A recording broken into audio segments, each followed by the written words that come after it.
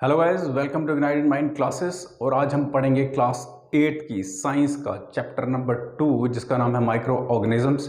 और कल हमने पार्ट 1 पढ़ा था, आज हम पढ़ेंगे पार्ट 2।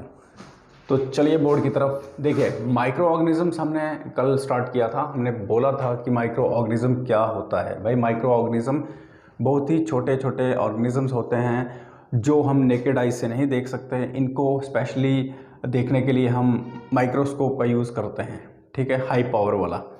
तो जैसे कि मैंने बताया था, आपको अगर माइक्रो ऑर्गेनिज्म देखने हैं ये वाले जो हम नेकेड आई से नहीं देख सकते, तो आपको स्पेशल कैसे पता चलेगा आपको।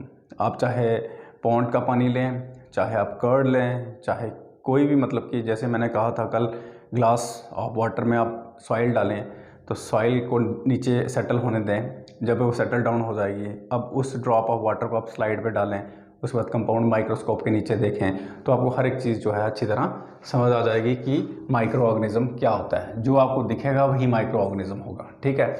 तो आज हम बात करेंगे इसकी फ्रेंडली नेचर की, कि ये हमारे साथ कैसे हमारा दोस्त है। हमें दोस्त का मतलब ये है कि ये हमारे लिए क्या है, बेनिफिशियल। तो सबसे पहले हम बात करेंगे कि माइक्रो ऑर्गेनिज्म जो है अगर दोस्त है तो हमने इस दोस्त के बारे में थोड़ी सी और इन्फॉर्मेशन ले लेते हैं।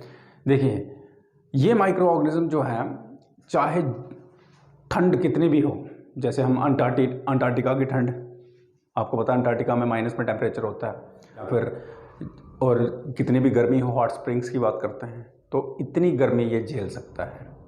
चाहे जितना भी मतलब कि सूखा पड़ा हो, या फिर हम कह सकते हैं कि मार्शी एरिया है, डेजर्ट एरिया है, वहाँ भी ये सर्वाइव करेगा। तो माइक्रो ऑर्गेनिज्म इस टाइप का होता है, ठीक है। तो उसके बाद हम अगर बात करें तो सिंगल सेल्ड जो हैं, कुछ सिंगल सेल्ड माइक्रो ऑर्गेनिजम्स के बारे में अगर हम बात करें तो उसमें बैक्टीरिया भी आता है, कुछ एल्गी आती हैं और प्रोटोजोआ आते हैं, ठीक है। याद रखना, फिर से मैं बता देता हूँ कि सिंगल सेल्ड माइक्रो ऑर्गेनिजम्स जो हैं उनमें बैक्टीरिया आता है, ठीक है, कुछ एल्गी आती हैं और प्रोटोजोआ आता है, ठीक है। उसके बाद मल्टी सेलुलर भी होते हैं और इनमें ज़्यादातर एल्गी और फंगी, ठीक है। तो ये दिमाग में आपने डाल के रखना है कि सिंगल सेल्ड और मल्टी सेलुलर दोनों हैं, ठीक है। तो नेक्स्ट हम बात करते हैं सर्वाइवल ऑफ माइक्रो ऑर्गेनिजम्स की। तो देखिए, सबसे बड़ा क्वेश्चन आता है कि सर्वाइवल कहाँ पे रहते हैं। देखिए, रहना किस पे, कहाँ पे है। इंसान के अंदर भी रहते हैं, एनिमल के अंदर भी रहते हैं, और तीसरा नंबर, ये इंडिपेंडेंटली एग्जिस्ट भी करते हैं और किसी ऑर्गेनिज्म के ऊपर भी ग्रो करते हैं। तो याद रखना ये चीज़ें माइक्रो ऑर्गेनिजम्स के रिगार्डिंग, ठीक है। तो उसके बाद अगर हम बात करें ये इनका बेनिफिट कैसे, हमें क्या बेनिफिशियल रोल है इनका, यानी कि बेनिफिशियल रोल के बारे में हमने पढ़ना है इसका, कि ये फ्रेंडली कैसे है हमारे साथ।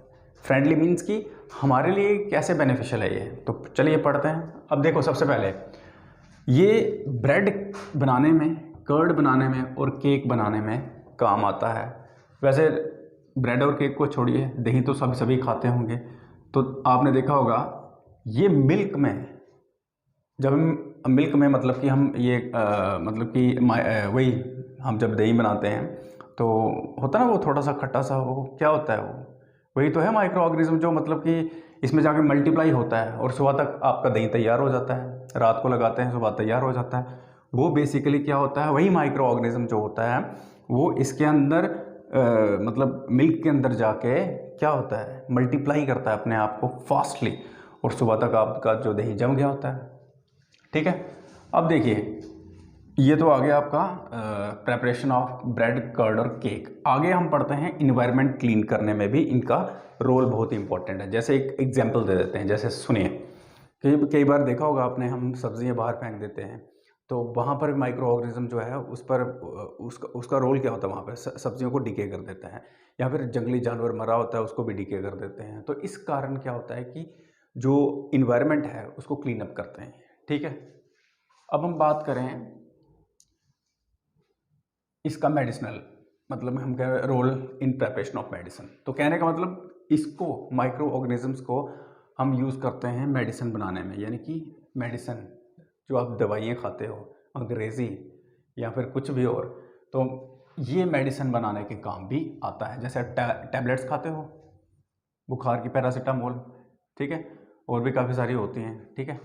उसके बाद सॉइल की फर्टिलिटी को इंक्रीज़ करने के लिए भी माइक्रो ऑर्गेनिजम्स की ज़रूरत होती है। ये क्या करते हैं, नाइट्रोजन, एटमॉस्फेरिक नाइट्रोजन, जो एटमॉस्फेयर का पार्ट होती है नाइट्रोजन, उसको फिक्स करते हैं सॉइल में, समझ आई, और इस तरीके से वो सॉइल की फर्टिलिटी बढ़ाते हैं। उसके बाद हम बात करें तो एक सिंपल सी मैं आपको बात बताता हूँ इसके बारे में, माइक्रो ऑर्गेनिजम्स के बारे में। प्रैक्टिकल आपने देखा होगा कि कैसे करते हैं हम घर में। कर्ड जो होता है, देखिए कर्ड में काफ़ी सारे माइक्रो ऑर्गेनिजम्स होते हैं, याद रखना, कर्ड में काफ़ी सारे माइक्रो ऑर्गेनिजम्स होते हैं, लेकिन उनमें से एक जो है जिसका नाम है बैक्टीरियम लैक्टोबैसिलस, ये एक ऐसा मतलब कि हम कह सकते हैं माइक्रो ऑर्गेनिज्म है जो कर्ड बनाता है, कर्ड की फॉर्मेशन में एक इंपॉर्टेंट रोल प्ले करता है, जिसका नाम क्या है, बैक्टीरियम लैक्टोबैसिलस। ठीक है, तो ये चीज़ याद रखना। उसके बाद अगर हम बात करें इंग्रेडिएंट जो होता है, इंग्रेडिएंट क्या होता है, इंग्रेडिएंट होता है जैसे किसी का पार्ट होता है, किसी का हिस्सा, किसी का पार्ट या किसी का हिस्सा, ठीक है, किसका, सूजी इडली का और भटूरा का, कौन होता है, कर्ड। क्या कौन होता है, कर्ड। उसके बाद बैक्टीरिया और यीस्ट जो हैं ये भी हेल्पफुल हैं किसके लिए, फर्मेंटेशन ऑफ राइस इडलीस और डोसा बैटर। तो जैसे कि मैं पढ़ा रहा था आपको बैक्टीरिया और यीस्ट के बारे में, तो बैक्टीरिया और यीस्ट जो हैं इनकी वजह से ही फर्मेंटेशन होती है किसकी, राइस इडलीस की और डोसा बैटर की। तो देखिए राइस की इडलीस आपने खाई होंगी शादियों में, और डोसा भी खाया होगा, डोसा बैटर, ठीक है। तो ये इनको दोनों को कौन फर्मेंट करता है, ये बैक्टीरिया और यीस्ट, ठीक है। तो उसके बाद अगर हम बात करें, जैसे एक सिंपल सी मैं आपको प्रैक्टिकल जो हमारी लाइफ में आपने भी किया हो शायद, करना क्या है, आपने कुछ नहीं करना है, आधा किलो आपने मैदा या आटा लेना है, फ्लोर जिसको बोलते हैं। उसके बाद उसमें डालना है गुनगुना पानी थोड़ा सा। उसके बाद बीच में डालो आप शुगर, ठीक है, शुगर डाली आपने। उसके बाद थोड़ा बेकिंग पाउडर भी डालो, ठीक है, बेकिंग पाउडर भी डाल दिया। अब उसको गूंदना है आपने, जैसे आटा चपाती खाते हो, जैसे आटा गूंदते हो वैसे आपने आटा गूंदना है। उसके बाद आटा गूंदने के बाद 2 घंटे के बाद आपने ऑब्जर्व करना है, क्या आपने क्या ऑब्जर्व किया। 2 घंटे के बाद आप देखेंगे कि जो उसका जो लेवल है वो रेज हो गया होगा, किसका, मैदा का, ठीक है, वो लेवल जो है उसका रेज कर गया होगा। क्योंकि सिंपल सी बात है कि जो यीस्ट जो उसमें पाया गया, जो यीस्ट था उसमें, वो रिप्रोड्यूस करता है रैपिडली, फास्टली, 2 घंटे में ही। देखो जैसे मैंने कर्ड की एग्जांपल दी थी आपको, शाम को लगाया आपने, रात को लगाया आपने 10-11 बजे, तो कैसे सुबह मतलब कि माइक्रो ऑर्गेनिजम्स ने कैसे रिएक्शन करके उसको सुबह मतलब दही बना के रख दिया, मिल्क को। तो वैसे ही 2 घंटे के अंदर आपको दिखाई देगा कि जो यीस्ट है, यीस्ट जो है वो रैपिडली मल्टीप्लाई करता है, और क्या करेगा, वो लेवल उसका रेज हो जाएगा डो का, ठीक है। और होता क्या है, जैसे वो रिप्रोड्यूस करता है रैपिडली रिप्रोड्यूस करेगा, वो क्या प्रोड्यूस करेगा, CO2 ड्यूरिंग रेस्पिरेशन। और जो CO2 जो होती है, अब CO2 क्या है, गैस है, तो वो बबल्स छोड़ती है, बबल्स जैसे वो मतलब रिलीज करेगा वो बैक्टीरिया, यीस्ट जो है। तो क्या होगा, ये बबल्स ऊपर की तरफ आएंगे, और जो बबल्स होंगे गैस के वो फिल करेंगे इसको, डो को। तो इस तरीके से उसका जो वॉल्यूम है वो कर जाएगा इंक्रीज। तभी आप देखना कि वो जो मैदा, जो आपने मैदा बनाया है, मतलब मैदा जो है उसका लेवल जो है वो क्या होगा, रेज्ड होगा, यानी कि उसका वॉल्यूम साइज बढ़ गया होगा उस मैदा का जो आपने गूंदा है, ठीक है। यहाँ से हमें पता चल जाता है कि यीस्ट जो है, यानी कि क्या, यीस्ट, ये यीस्ट जो है इसका बेकिंग इंडस्ट्री में यूज़ होता है, किसके लिए, ब्रेड बनाने के लिए, पेस्ट्रीज बनाने के लिए, केक्स। तो ये सारे आपने देखा होगा कि इनका वॉल्यूम बढ़ा ही रहता है, ठीक है। तो इसलिए ये जो माइक्रो ऑर्गेनिज्म जिनके बारे में हम बात कर रहे हैं, ये बेनिफिशियल हैं इस एंगल से, जिस एंगल से मैंने आपको अभी पढ़ाया। तो कोई भी अगर इसमें प्रॉब्लम है, कमेंट बॉक्स में आप जाके कुछ बोल सकते हो, सजेशन दे सकते हो, कुछ और इम्प्रूवमेंट के लिए बोल सकते हो। तो आज के लिए इतना ही।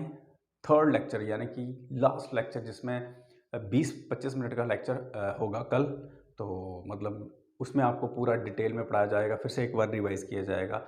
आज हमने दोस्ती निभाली माइक्रो ऑर्गेनिज्म के साथ, यानी कि आज हम इसके दोस्त बन गए, कल हम इनके बनेंगे माइक्रो ऑर्गेनिजम्स के दुश्मन। ठीक है, यानी कि ये हमारे दुश्मन बनेंगे, सॉरी। तो अब दुश्मन कैसे बनेंगे, क्या हमारा बिगाड़ेंगे, तो ये इस पूरे मतलब की सिचुएशन को जानने के लिए कल हम फिर से न्यू लेक्चर के साथ, लेक्चर नंबर 3 के साथ आएंगे। तब तक के लिए जय हिंद।